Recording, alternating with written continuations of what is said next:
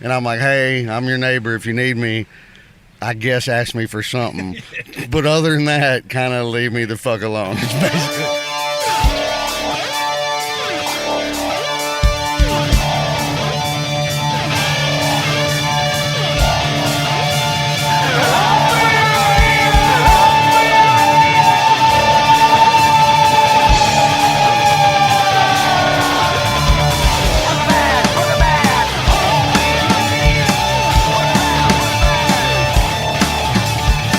Like, oh God, if you need anything, let me know. Well, I'm a good neighbor. I go, I'm a good neighbor, but I'm an absent neighbor. I'm not around that much. Right. Don't ask if you know, all my email, all my information's available. If you smell weed, yes, it's me.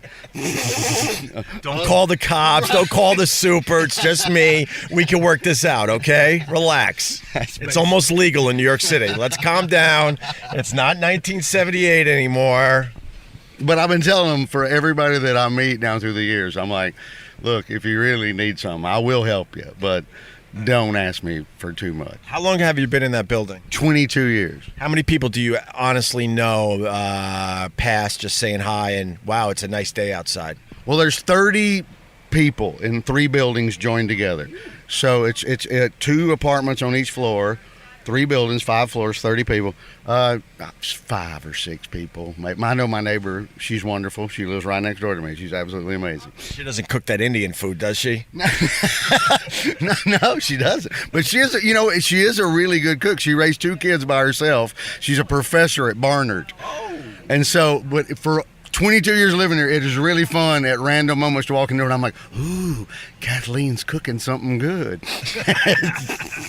My friend lived in Framingham, Massachusetts, and there was a lady that cooked Indian food, and it would just smell up the entire floor. Now, I like Indian food, but that stuff will smell long after you're done cooking and eating it. Well, hers is mainly, it's not that. It's fried chicken, and nice. I mean, she was married to a Canadian dude, and Thanksgiving in Canada is a month before us. Yeah. It's in October instead of November.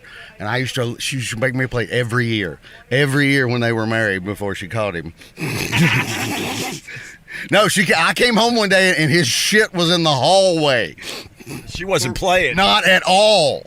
And begrudgingly told me the whole story, but I saw his shit sitting, I'm like, oh, something's going on. Oh, it's going down.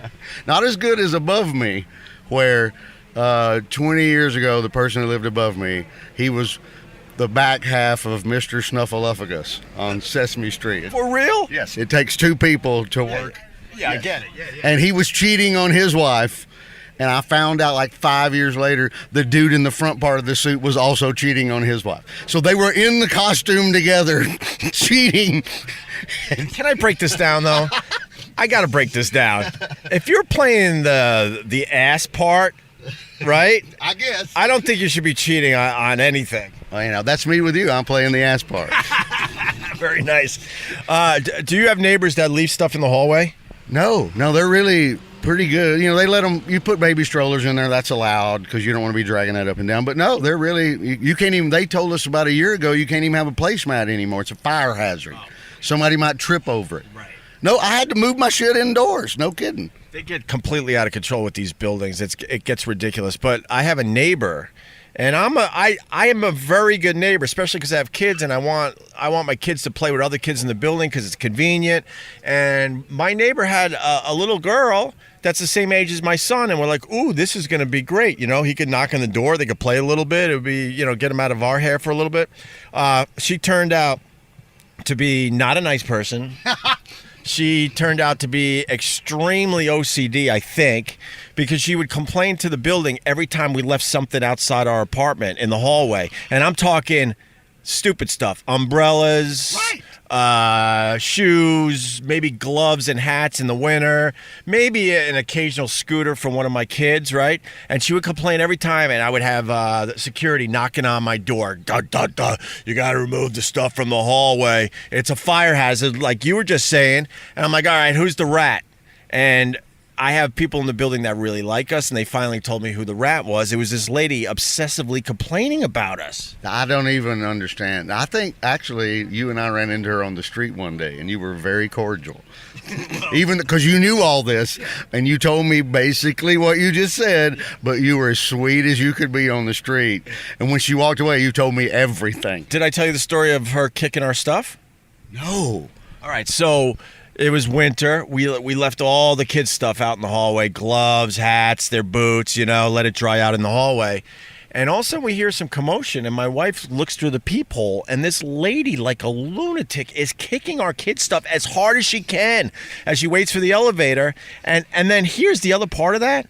Then her little kid that we thought would be nice, friends with my son, was following the mom's lead and kicking my kid's stuff. Well, you want to teach your children to be an asshole.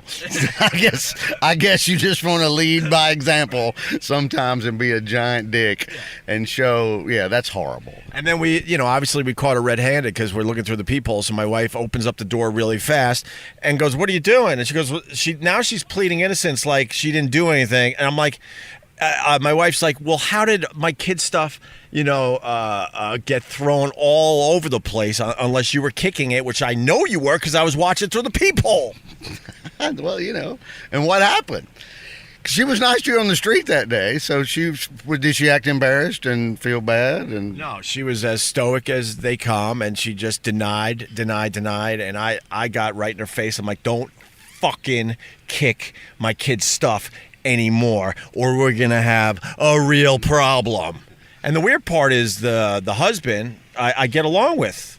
I think I remember that part of the story too. I do remember that part of the story. Well, the shit didn't levitate and move itself. Yeah.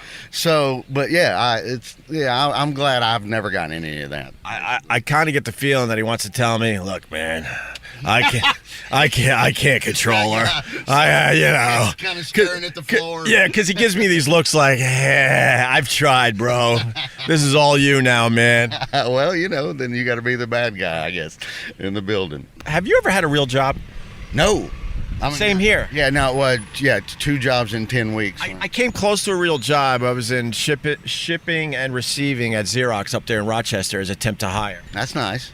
But besides that, then I worked in a video store once. I sold long distance for 6 weeks, and then I worked in I hadn't done anything in 33 years. Yeah, I was a caddy, and then I worked in this video store when the VCRs and the VHS tapes first started, and my fraternity was up the hill. It was at my college. I was trying to make some extra money. They would come in and just take the VCRs. We only had 3 to rent out, and they would take them and put them up in the fraternity house for, a week at a time. And the owner of the video store is like, "Why aren't you renting out these VCRs?" Well, I had work when I was young. When I worked for the city of Oxford, where I'm from.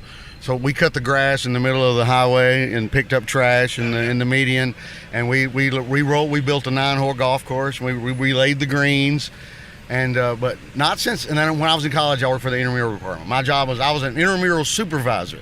Ooh! So all I had to do, I had my own golf cart, and whatever in the fall and in the spring. In the fall it was football, and in the spring it was softball. During the winter it was basketball. So I just rode around on my golf cart, and I'd show up, and I'm like, "Are y'all the Kappa Sigs? Are you the Lambda Chi's? Here's your ball. Here's your referee, blah, blah, blah." And then I would roll on to the next field. That's not a bad job. It was amazing. When I worked in the video store, too, I was a hero, for Geneseo. That's where I was at the time, because that was the only way you could get porn. Oh, really? So, and once again, though, the fraternity brothers would come in and just wipe out the porn or decide to put one on and hang out with me while I was working. But I would put the porn on and we'd hang out, whatever, because that was the only way you could really see porn at the time. And then we would begrudgingly have to turn it off when a mom came in with a little kid to rent a Disney movie. Well, that's life in the big city. That's how it works when you're rocking it at SUNY Geneseo. And the owner of the place, he was so annoyed that he had to come from Syracuse, which really isn't that far. I'm trying to remember, maybe like 2-hour ride. He was so annoyed that he had to come from Syracuse to Geneseo to fire my ass. Oh, really? that was his only beef, was that he had to drive. He couldn't do it over the phone. He had to drive 2 hours to tell you to stop it with the shenanigans. I don't remember all the details, but I remember specifically that absolutely he drove all the way from Syracuse to fire me, and he made sure he told me how pissed off he was that he had to drive in to fire me. And the reasoning was that his numbers were dramatically lower. Because y'all were grifting. Yeah, because the fraternity brothers were taking the VCRs and wiping out the porno. Because, that was big business back then for those video stores. I remember that was the first time I saw porn was when I was in college, I think. And some girlfriends of mine actually had a neighbor that found something, and we all sat around, and it was just more weird than anything. It was old 70s porn, 80s, 70s porn. I got you beat, actually. When we were in high school, I'm embarrassed to say this, but I think people will relate to it. Because now you say you do this, people go, that just simply doesn't make sense. So I'm trying to set this up and defend myself before I say what I'm about to say. But on Long Island, there was a Bayshore movie theater that showed porn.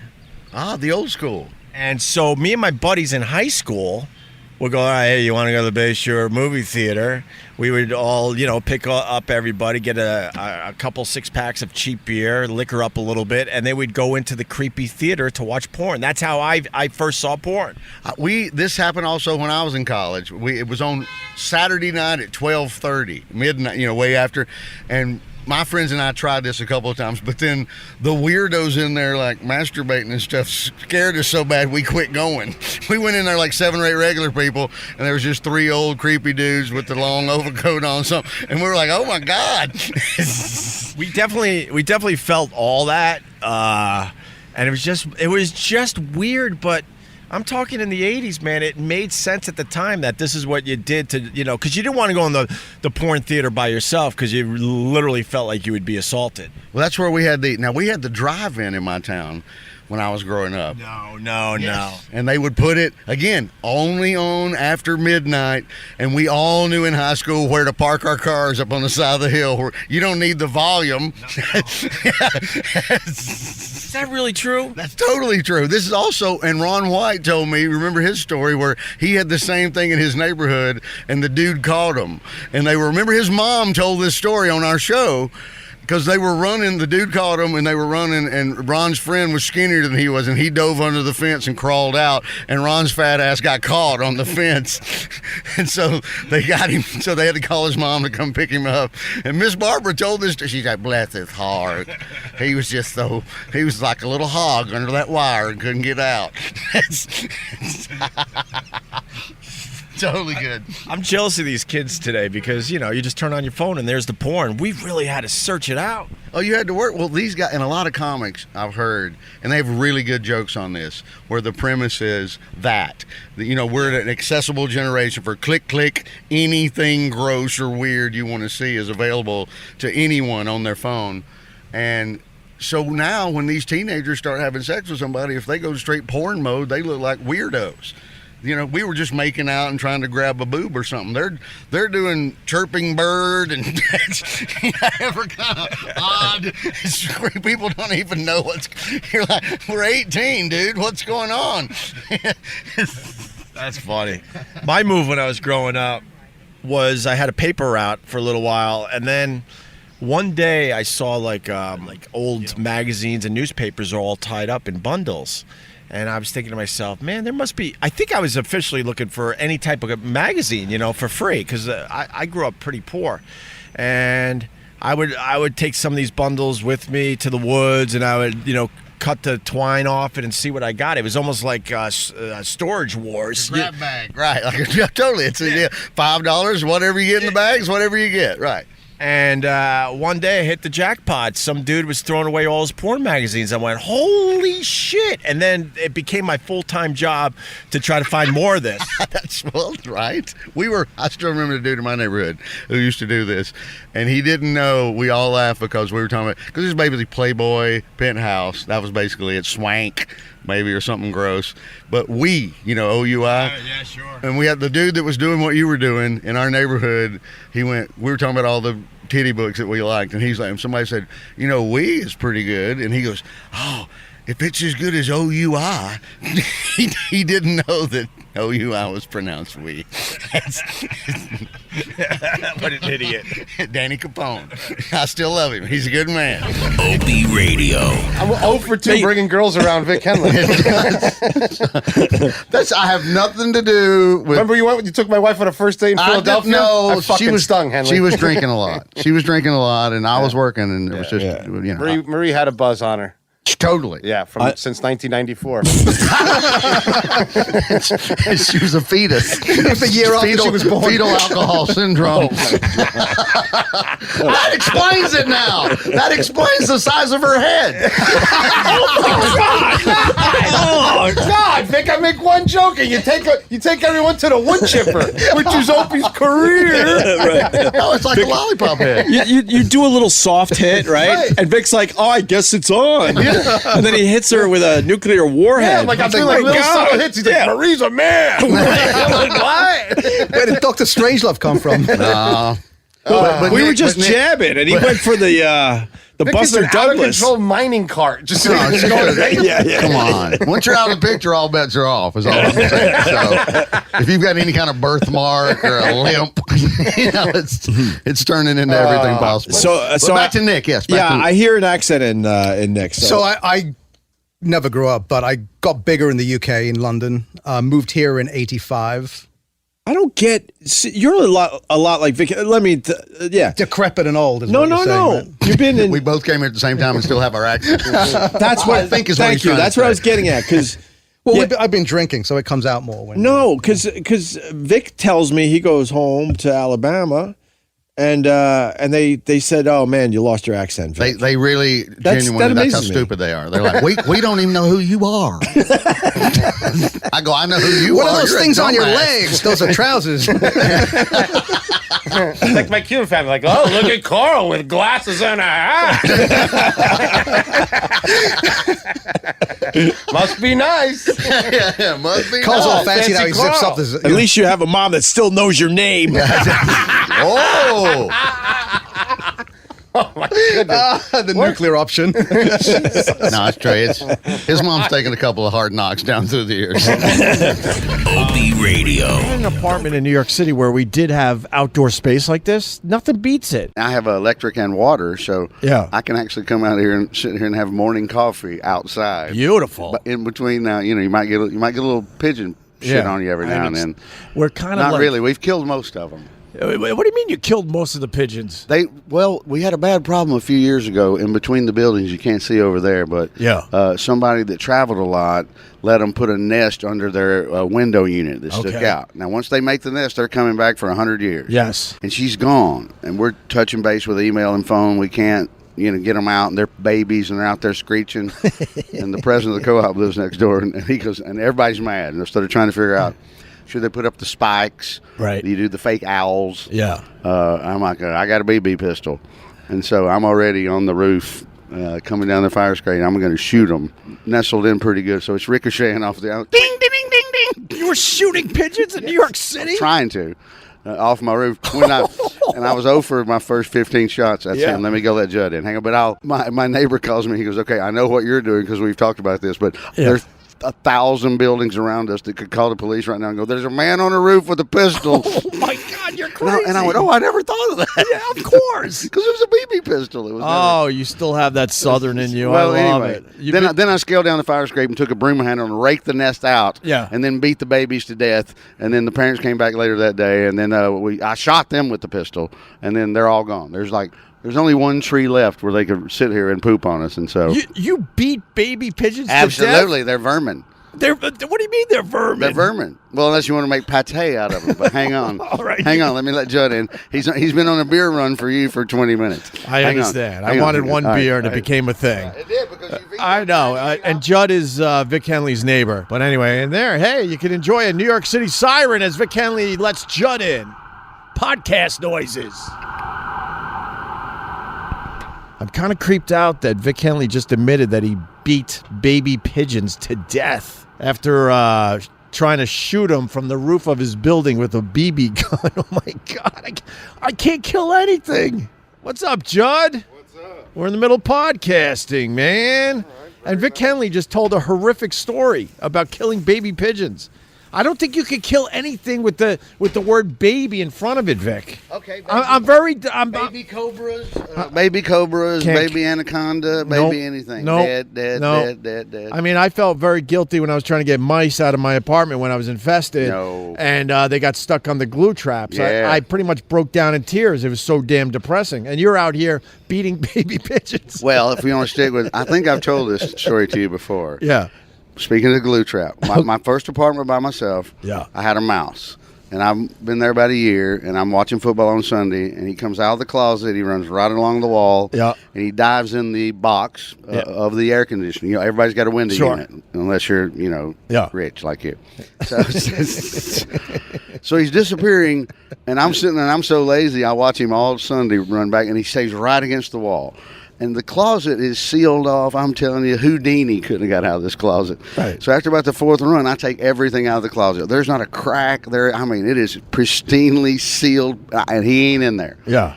And so I go, well, I'll go get a glue trap. So I put it on his path and went to bed. About 3 o'clock in the morning, I heard, eep, eep, eep, eep. And I went out there and turned the light on. There he is. And I was so happy. I brought him straight up to eye level, and I'm like, you motherfucker, you're about to fucking die. Wow. And then I went over and I opened the window. Yeah. I lived above. I was 3 floors up. But there was a restaurant that had a big roof garden in the back. I really wanted to throw him out the window gently and hoped he would drift down and land with the glue trap flat. Yeah. And then I was going to watch him out the window die over the next 3 or 4 days. And then, because I knew bad weather was coming, I knew. And every day I'd wake up, I'd get my coffee going. I watched it turn into just a rotting bone carcass. And it made me so happy. That makes you happy? Well, because he taunted me for like a month. I It was on for a month, and I know it's a mouse, and I know it doesn't matter. But first of all, I was just happy that I helicoptered him down gently. Yeah. Then he lands, and then I'd leave town, I'd come back, and it was just a little mini dinosaur mouse bone exhibit. That was what was So left. great. It's so funny. So great. This reminds me of a few things, Vic Henley. So, one of Dennis Leary's bits that he stole from Bill Hicks. Probably. Depends on which one. Because you said it was just a mouse and it doesn't matter, and Dennis Leary has Certainly. that famous bit about we only save the cute animals. Right? So, but Not to in you, this case. They're all vermin. But if to you're you- vermin, you're vermin. You're on the level. You're on the tree of vermin. Yeah, but- I don't care if you're a deer, a snake. Some snakes are helpers. I'll switch it. Yes, they are. Yeah, but after that horrific killing baby pigeon story, I was thinking you were going to go somewhere else with the mouse, like it became your pet. No, Because I had one mouse. Because what you're thinking of the sugar gliders. There's. Well, yeah, of course. That's the exception to the rule. Of course. But I had a mouse in my apartment, and my first thought was, I'm going to keep it as a pet. My thought wasn't to kill the thing until I realized I was infested, and then, all bets Right. were off. Now, now we have to play out this war in my apartment. Now, my neighbor Kathleen, who has a PhD, is a professor at Columbia. She always tells me that if it's better to have mice than rats because they don't live together. Yeah, I know. I didn't know that one. I heard that. She's the one, and then yes, right. Now, my mice thing goes back to, again, I'm sure I've told you this. The original mouse story is we had one in our house when I was a kid, and so Mike and Terry are gone, so I'm probably about 9. Yeah. No, I'm probably about 10. It doesn't matter, but and we see him just like the one in my story, and it's driving my mother insane. And she said the glue trap didn't exist back then, so she's setting up the old school traps everywhere, and she's listening, and he made a mistake, and he got trapped in the air vent that's above the stove. Right. You know, where you turn the fan on. Of course. There's like a little tube thing. Of course. And I thought I told you this. No, I haven't Okay, heard this so one. so she hears him beep, beep, beep, just like my story. It's the middle of the night. It's just me and her. Yeah. And she goes, "Oh my God!" She's been after him for 3 weeks, just like me. And so she goes, "Get a pillowcase." And go from the things that are rag. Go to the rag pile and get something she's about to throw away. So I grab this old pillowcase. And I walk in the kitchen. We got all the lights on. She's got a screwdriver. She's taking the fan apart. Yeah. And she's making me hold the pillowcase beneath it. And she goes, "Now look, when this screw falls out, the unit's going to fall into the pillowcase, and so will the mouse. Yeah. And he can't climb it because it's cloth." Sure. And so, sure, click, last screw, bang, there he is. Now we got him. She reaches right down in there, pulls out the piece, and puts the screw back that goes with the stove. Yeah. And he's in there, and he's scrambling. And I'm looking at him. He's just adorable. He's just a little mouse. And so here we go outside. She doesn't say a word. And so I'm just watching. She walks straight to the front door, unlocks everything, goes outside. Our garbage can's right there at the end of the driveway. Yeah. I'm just traipsing along behind her. And I think at one point, I really believe she's going to turn him loose in the yard or do something. Sure. No. Right when you get close to the garbage can, she winds up the pillowcase 3 times, whack, right on the concrete, big blood splat. Another whack, like opens up the garbage can and drops him in. She's like, I'm like, all right, let's go to bed. Problem solved. Don't come into my house mousing around. You guys are a violent family. Well, at this point, we got to say hi to Judd, who's Vic Henley's neighbor. What's up, Judd? What's up, brother? Hey, How are man, you? How are you? Good. Thanks for the Modelo, by the way. I appreciate it. Not a problem. Can you relate to what Vic was saying? Well, I think it's kind of funny. The smashing the mouse with the pillowcase is way more humane than what Vic did with the mouse trap. He was more into the long, elongated death. Right. I mean, shit, in college, man, at A&M, I had just like a crappy house with rats everywhere. It was a constant thing. Yeah. You know, so I just dealt with all the rats and replastered all the shit. And all that. But, I mean, they were mammals. I mean, these were large animals. Ran in between my feet when I was standing in the kitchen one day. Oh, yeah, the whole thing. Yeah, rats are scary. My brother lived kind of up in this area, Vic, a little further north when he first got out of college, and he was sharing one of those shitty apartments with 3 or 4 other guys. It was only a 1-bedroom, and they were tough rugby guys, and they were infested with rats. And my brother would tell the stories where they would come home from the bars and then go to battle with the rats, and it turned into a sport for these guys. They would break out the frying pans and whatever, they get baseball bats, and they were really into hunting rats in their 1-bedroom apartment. I had a thing where one of the rats that I caught. I got 80 of these. I got 800 of these. Trust me. One of the rats that I caught on a glue trap there, it was like the glue trap wasn't big enough, so it was like full on alive and just stuck. Well, I had a big, like, rubberized water dish from my dog in the backyard. I was like, fuck, I'm just going to drown the fucker. Oh, nice. And I turned it upside down. Nice. And it's, like, thrashing. And then I'm like, oh, shit. And my dog's just looking the whole time. He's, like, in his water bowl. But then I just, like, put my hand on it. And I'm like, go to sleep. Right. Go to sleep. But you turned his food, his water bowl into the gas chamber. The whole time. Like, yeah, shit. That was a constant thing. My brother Mike had been kicked out of every apartment complex on Valley Avenue in Birmingham, Alabama. He said his 9th one because he was always just fudging on the rent and getting kicked out. And so now he's down at the worst one ever. But he's still, because they've let him in somehow, he decides they're going to have a big pool party, barbecue and everything. So they've invited the whole crew down, go to the thing, bought a bunch of food, came back, everybody's drinking, splashing, carrying on, having a great time. They realize they're out of bun. They got everything, but they don't have the buns. Yeah. And so all the food's put away. He's like, oh my God. So he sends so-and-so to the store, come back. They're all in there dancing around, carrying on. An hour or so goes by. And he was, well, I guess we ought to get the grill going and make some of this food, you know. So they go back in, and when the dude went back and got the buns, he didn't put them in the refrigerator. I mean, he just walked down and laid them there on the kitchen table. But I mean, like, 3 18 packs. Oh, wow. Because there's 40 people. It's going to be a big, All of them have been torn into, and not little mouse nibbles. Like a dog got on the table and ripped giant baseball-size holes in every one of these. And there's rat shit all over everything. So they call it exterminator. The guy comes over there. My brother loves telling this story. Classic Mike Henley. He goes, hillbilly guy, coveralls, the whole thing, with his canister of death on his back. Right. All kinds of traps in a van. It was Orkin. Well, all I can tell you is a rodent that's capable of biting this big of a hole and getting to this up on the. These rodents can lick 6 feet in the air and bite a human being on the face. I don't know if I'd continue with your barbecue. All I know is a rodent this large is capable of jumping. So now they're like, everybody out. Right, of course. Party's over. Party's over. I didn't tell you about New Orleans. No. Oh, man. It was wonderful. I was there for a weekend. Wow. I think I joined a funk band. I'm not sure. They're young. But if you want to, live through like a zombie apocalypse, you go to New Orleans for Mardi Gras. The level of of drunkenness down there is insane, and everyone is on the exact same level and can barely function and communicate by the end of the night. I got on the elevator, it stops, and a cop gets on. Yeah. Full on, it's a cop. It ain't security. He's a New Orleans police officer, and he's putting a dip in. And I go, well, I feel safe for these next 3 floors. Yeah. He started laughing. And I didn't ask him what he was doing, but I'm like, I go, is this your beat out here? And he goes, yes, it is. I'm like, so you've walked Bourbon Street. I go, how long? He goes, 2 years. I go, God damn, just in 2 years, there's got to be a me. He goes, oh, there's countless. Yeah. I go, hey, you know what, man?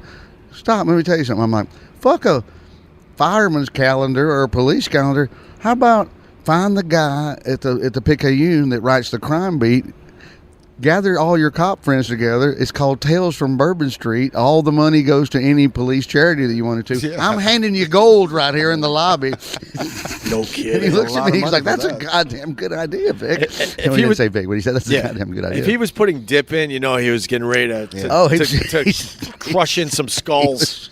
He's ready to focus. I'm like, I was more focused on me. Right. Yes, he wasn't listening. I'm like, I'm handing you gold. He's like, yeah, another drunk fucker. Like, all right, have a good night. Yeah, just go join the funk man. Billy. My favorite, Baton Rouge, LSU's about an hour away. Yeah. Go down I-10. My favorite LSU story is years ago, 20, 30 years ago, we're at an Auburn LSU game, and carload of us, and my friend we're all hammered, and my friend has jumped the curb because it's all backed up, and he realized if he just jumps the curb and goes over this little patch of grass, turns it the other way, then it's clean and green down the other way. Yeah. And we do it, and then here comes a cop on a horse behind us because it gets so jammed down in there that they do have them. And so we got pulled over in a car by a cop on a horse. He gets out. Swear to God. I was in the back seat. We're all shit-faced. Why would you stop? I think out of principle you got to. Because you don't run from the police. No, maybe on foot. That. I'm not even on foot. I'm gonna. I understand all that, but you can't let a horse pull you over. But the dude, what. he's tall. It's giant. We're in some little beat up like Mercury Bobcat, like right. 5 of us. Right. And he gets out and he comes over and he's like, "Come on!" And we're like, he goes, "Do I got to give you the whole test? Or let me just give you a ticket for jumping the curb?" And he's like, "Josh, all right, we were just jammed and we saw it was clear that way." And he goes, "Somebody in there is drunk. I could get all y'all out of there." And my friend in the back pulls his driver's license out. Who's sitting behind him, the driver's seat, sticks his arm out the window, tells the cop, he goes, "Just put this one on mine."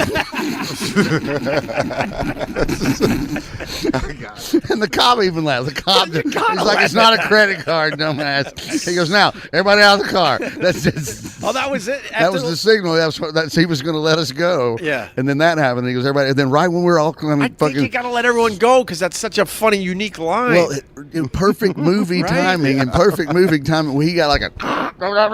His thing goes off, and he looked at us and he goes, "It's your lucky day." We were literally opening the doors to get out. His radio went off, and he was lucky day, fuckers. Don't stop jumping curbs.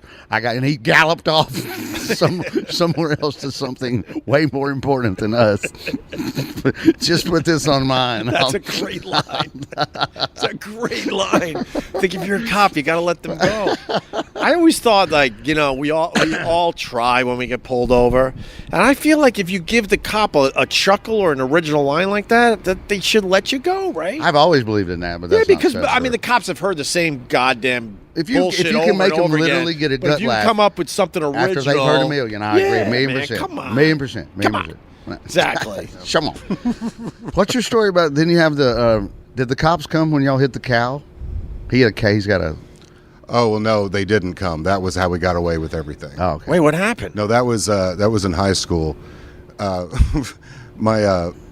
We used to, small town, South Texas. We used to sneak out our parents' cars before we were 16 and drive all over town and pick up beer and do whatever. So we go. Me and this good friend of mine. He comes over and then I take my parents' car out to his cousin's place out in the country. He's got his mom's with this guy, and it's like a stepdad, and he's a shitty person, and just we need to get him out. Bad relationship. Like got to go get terrible, Ricky. Right. Right. So we go over there. That's one of those. We drive out there, and I've got my parents junker Pontiac, right? And so we get over there to pick him up. It was a brand new blue Camaro in the driveway, like when they became sleek, like the new modern sleek, like the first time they became. Sure, yeah. And it just glowed. And I'm just like, oh shit. So we go to pick up his cousin, and I was like, hey dude, whose car is that? And he's like, oh, it's my stepdad's, blah, blah. I was like, well, let's sit in it. Like, where are the keys? Like, so we can get in and sit. He's like, no, sit in it. So we go to sit in it. Oh, I started the fucker up. I'm like, all right, we're going to take this car out. Actually, we pushed it down the driveway. In neutral. In neutral, right down to the stop sign. And the guy's like freaking out and shit. And I started up. I was like, fuck it, we'll just take it down and back, and then, no problem. So it's like a 2-lane highway that was like the old highway, and it's a little like this, and I just opened the fucker up. I'm like, I don't care. I think I was 14, something like that. Jesus. So I just opened it up, and we're going, and me and my buddy are in the front, and his cousin's in the back, and we topped a little thing like that, and there's a fucking cow perpendicular to the road right there, broadside. There's no, like, when you grow up in kind of the country, you don't want to totally hit the brakes because it takes your car down and the animal will roll up and fuck it up even worse. Right. You want to try to steer, but you want to just lighten the impact but not go down. But you got to take that fucker out. There is what was you're like saying. no- Yeah, but you can't hit the brake. You got to Yeah. swerve. Right. Swerve and hit Try better to than swerve stop and lightly hit. and Because maybe he's going hit to a roll half right of over it. you. Well, You it know? goes through the windshield. A lot Yeah, of people that's what get killed he said. that That's way. what I'm saying. Right. You brake hard like that or roll A up. lot of people have died hitting deer that way. They come Absolutely. right through the windshield. Yeah. But there was no time to even think by the time he hit. And I barely let off the gas, and I hit this fucker, at least 80 plus, something like that. 80 miles an hour, you hit Easily. a cow? Brought in between his legs, straight, because he was perpendicular in the road. Yeah. Hits the car, rolls up, smashes the windshield. There's blood, but it turns out it was none of ours. Fucker rolls off, falls. We kind of, go into the ditch sideways, and it kind of goes in, nose first. So we're like, fucking. Pitch black. Pitch black, and we're like, fucking, what's going on? Like this. And it's just like, So, and I'm thinking, I know I'm okay, and I know, okay. We're like, we're okay, and we're freaking out, 'cause we're fucking kids, and we just fucked it up bad. So, we get out, and I'm like, okay, everyone's all right. Well, the fucking cow was not dead yet, and it's just like, It's suffering. fucking. I felt bad.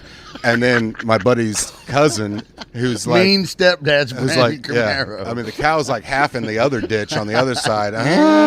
Like, it was having a problem. So he was. And so my buddy's cousin is crying. He just knows he's dead because of his, stepdad and all this He was shit. a dick like, to what begin we're with. gonna- I've probably been beating him already. yeah. Probably been beating him Like, already. what the fuck are we going to do? All this. There was a fucking garden hose, and like his stepdad and his mom went to like Lowe's or something and got a bunch of gardening shit.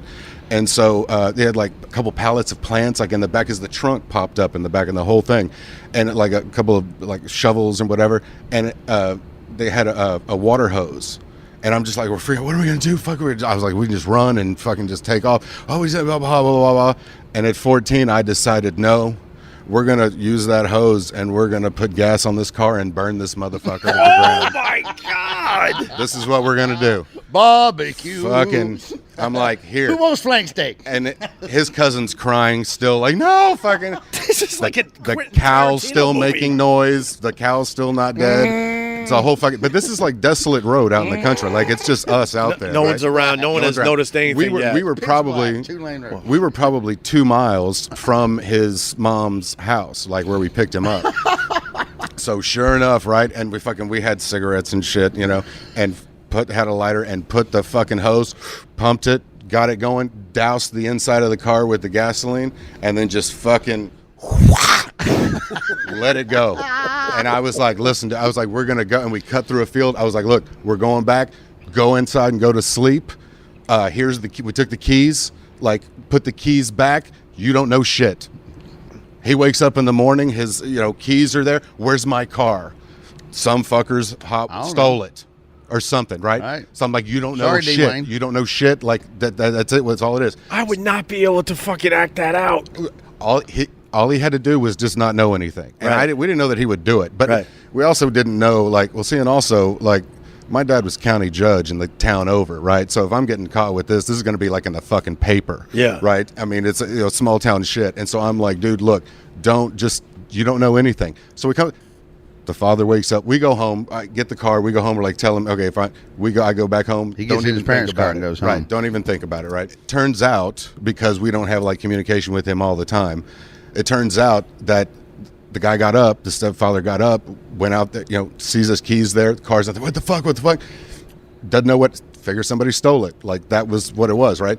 So the kid never said anything at all. But the stepfather, who was violent, was like really crazy. Fucking smacked the mom, smacked the kid, and he'd been doing that shit before. Just because he's mad, not because he was in on right. it. He's just that fucking guy or whatever. Ultimately, we never got caught. But two things. One, after that incident, that led to that his mom separating from that guy. Yeah. So she finally got away from him. And then I found out even later that the guy went to jail for like 25 to life for some shit way after that for some reason, right? But the smackdown because he was mad. Yeah. Right. Triggered. Because he was so mad, he got triggered, and That then was one of the the things. mom Didn't know realized that, it's and a that's bad the time to dude. go. That's So it. in a way, you destroying that cow and burning the car But probably the saved kid- that kid's life. But the kid held. that's a great story. He held. He And still- yeah, he didn't I'm cave. 14. He was like 12 or 13, like young. He had to sit on fucking it. held and never said anything, and just played dumb, because the keys were back in the dish. Like when Right. it, whatever. Years later, I said something to my dad about this and told him what happened. Right, and I was Really? I didn't. You told Oh no, Judd? just like this is maybe 10 years ago, something like that. Well, where that happened was just one county over, which is like 25 miles, something like that. So I told my dad what happened like that, and he goes, "You know what? I remember that story."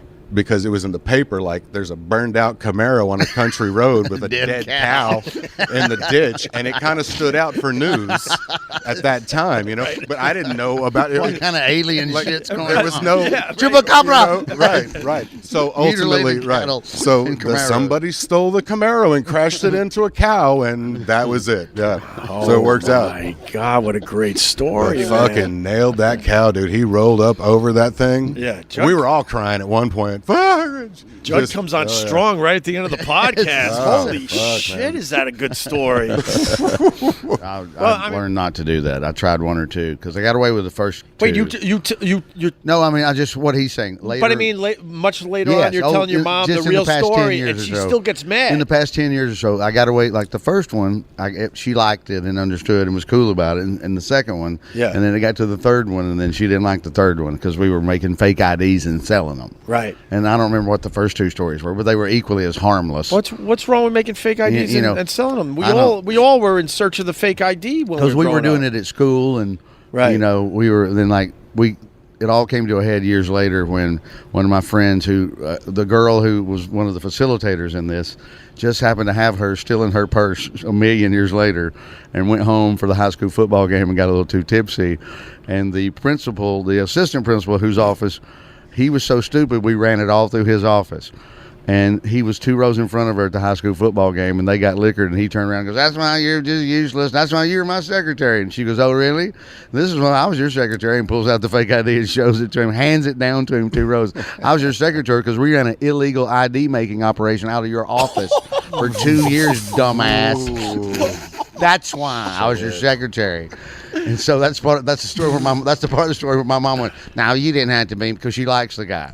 So all she took about it, you didn't have to be mean to Mr. O'Shields. Yeah. Why were you mean to Mr. O'Shields? Well, Mr. O'Shields was a bus driver and he was a dick, and Right. so fuck Mr. O'Shields. All right, I got one, and then we can end the podcast. I had a moral dilemma in high school.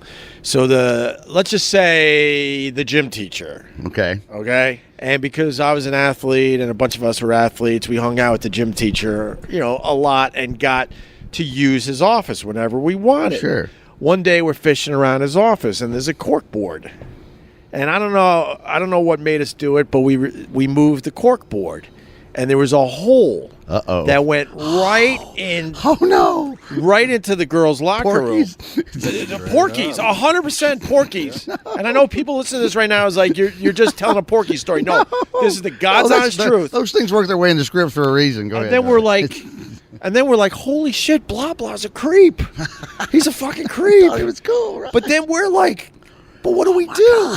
Because now we get the office, like he goes home like, all right, guys, lock up when you're done, And we'd be shooting hoops in the gym, and we would have to take care of the equipment, and then our job, and the school was in on this, we were allowed to do all this, and you just lock the door and you go home. As soon as he left, and it's later in the day, kind of like now, like late afternoon, we have the office to ourselves, and let's just put it, the team practices are ending, and we're like, and we would take turns looking in the hole and looking at all the girls that we were in school with naked.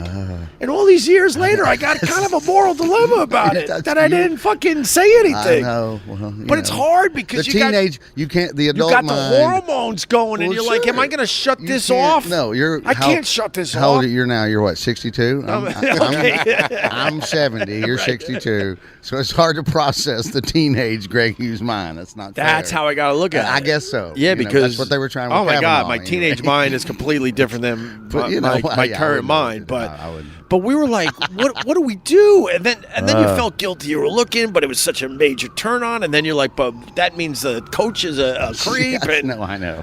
I wonder if now we graduated and got out of there. I wonder if it continued after us. I wonder if he ever got caught. I wonder if he finally said, you know what, fuck it, I can't take any more chances, and he covered up the hole.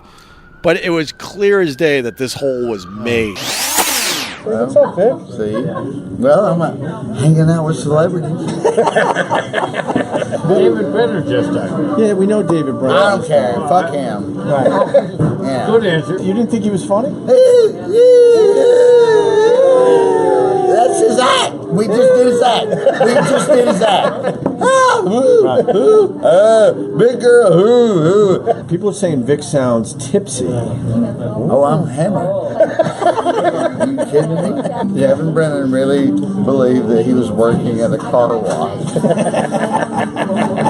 I love Kevin Brennan. So he's like, hey, Opie's working at a car wash. I'm like, no, he's not. No, he's not. I couldn't believe they were taking all that shit so seriously. Well, you're not a good person. We were literally... You're not a good person. You're not a good person. You've never been a good person. I can call 11 people right now on my phone. Absolutely. Maybe.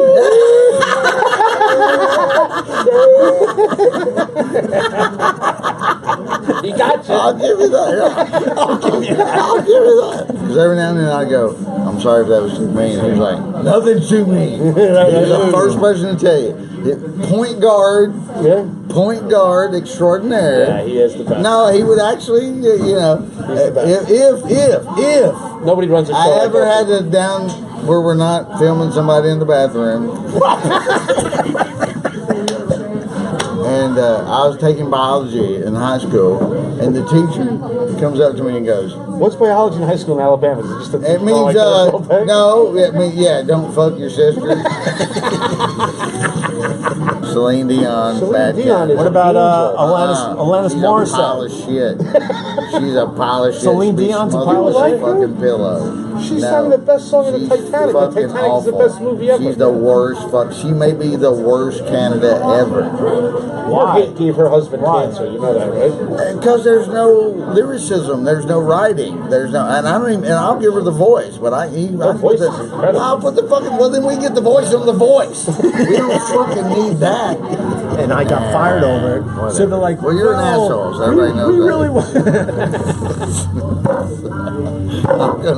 If you're leaving the door open, I'm taking it. If you're leaving the door open, I'm taking it. I'm not giving up. Angry Vic that's not is angry. in full effect. If you're leaving the... I love you. In the meantime, Carl's coming to my house for dinner tomorrow night. Nice. What is that about? And you're not invited. Angry Vic? What are you talking? You just made that up. Of course. I'm not even home tomorrow. I missed you, man. I really did. Hey, fuck, I wish I could say the same about you two. Where's Canada? This works. Ah! There you go, loser. Boo, boo, boo, boo, boo, boo, boo. Opie Radio. Boo, boo, boo, boo, boo, boo. Boo, boo, boo, boo, boo, boo. Boo, boo, boo, boo, boo, boo, boo, boo, boo, boo.